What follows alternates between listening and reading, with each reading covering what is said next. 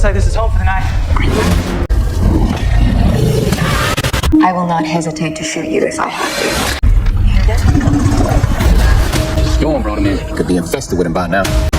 We're all gonna get eaten alive.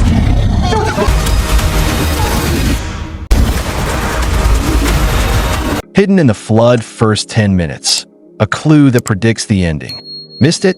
Let's blow your mind that this story is set in Louisiana, USA, where a devastating flood hits the city.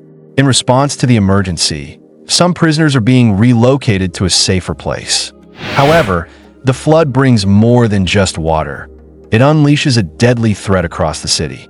What is this danger, and how will anyone survive it?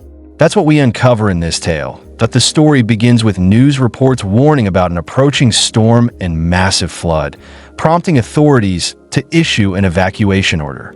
On a stormy night, a couple finds themselves trapped in the chaos. As they seek shelter from the violent winds and rain, the man struggles to shut the door, but the storm rips it off.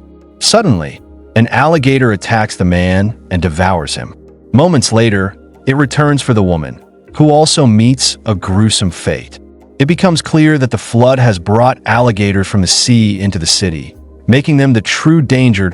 The next day, a jail transport bus is seen carrying 5 prisoners because the prison had flooded. 2 officers accompany the prisoners.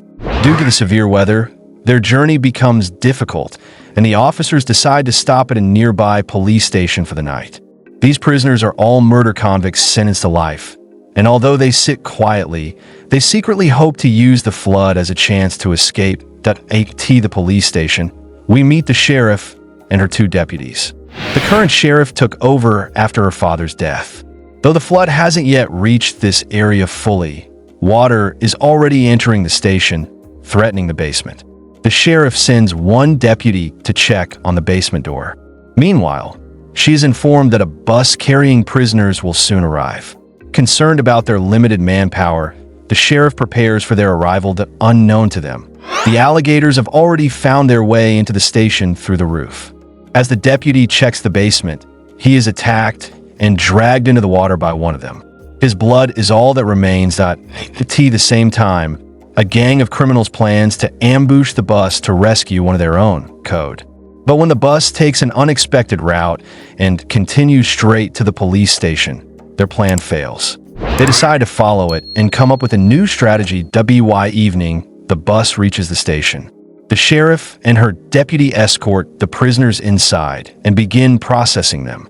4 of the prisoners are aggressive and disrespectful, but Code stands out. He remains silent and calm, catching the sheriff's attention. She warns the prisoners about the danger outside and makes it clear she will not tolerate trouble. They're then locked in their cells. Meanwhile, the gang arrives outside the station and opens fire. The sheriff and her deputy respond quickly, but the gang breaks in. Their leader demands the release of his companion and promises no harm if they cooperate. The sheriff agrees for the sake of peace. However, one of the officers from the transport team emerges with a gun. Despite the sheriff's warning not to act, he is gunned down. Now overpowered, the sheriff and her deputy surrender. The gang is led to the cells where Code is kept.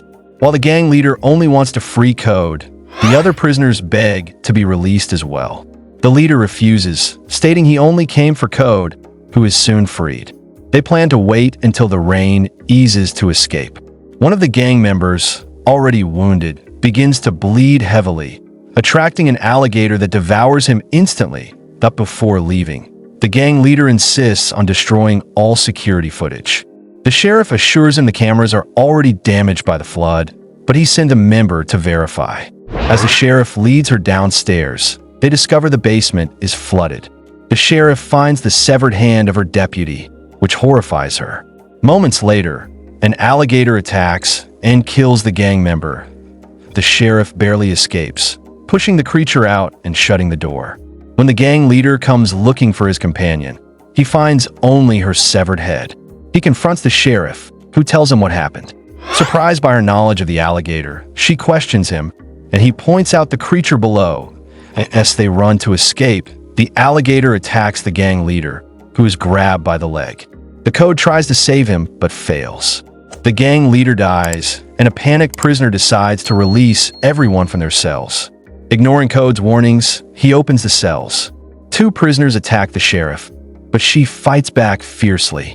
Code, angered, intervenes and calms the group. He reminds them that their true enemy is the alligator. They free 2 other officers who were locked away by the prisoners and began planning their escape. The water level continues to rise, and the group uses tide clothes to climb to higher ground. 1 prisoner struggles and is left behind. As he begs for help, a crocodile attacks and devours him while the others watch helplessly. The sheriff shoots another approaching alligator, and the group escapes through the ventilation system that once above. The prisoners plan to escape, fearing they'll be jailed again if rescued. The sheriff speaks with Code and expresses her disbelief that he's a true criminal. Code shares his story. He was dishonorably discharged from the military and became a driver for a bank robbery crew. He agreed to help under the condition that no one would be harmed, but things spiraled out of control during the heist. The sheriff sympathizes with him. Elsewhere, 2 prisoners plot to grab a guard's gun. A crocodile attacks one of them, and while the sheriff and Code are distracted shooting it, 1 prisoner seizes the gun and kills the officers. As he tries to escape, a fight breaks out, and another crocodile kills him. During the chaos, a rod impales a prisoner, and despite Code and the sheriff shooting at the alligator, their bullets do nothing. Code retrieves the rod and tries to protect the sheriff. A prisoner distracts the alligator, but is killed.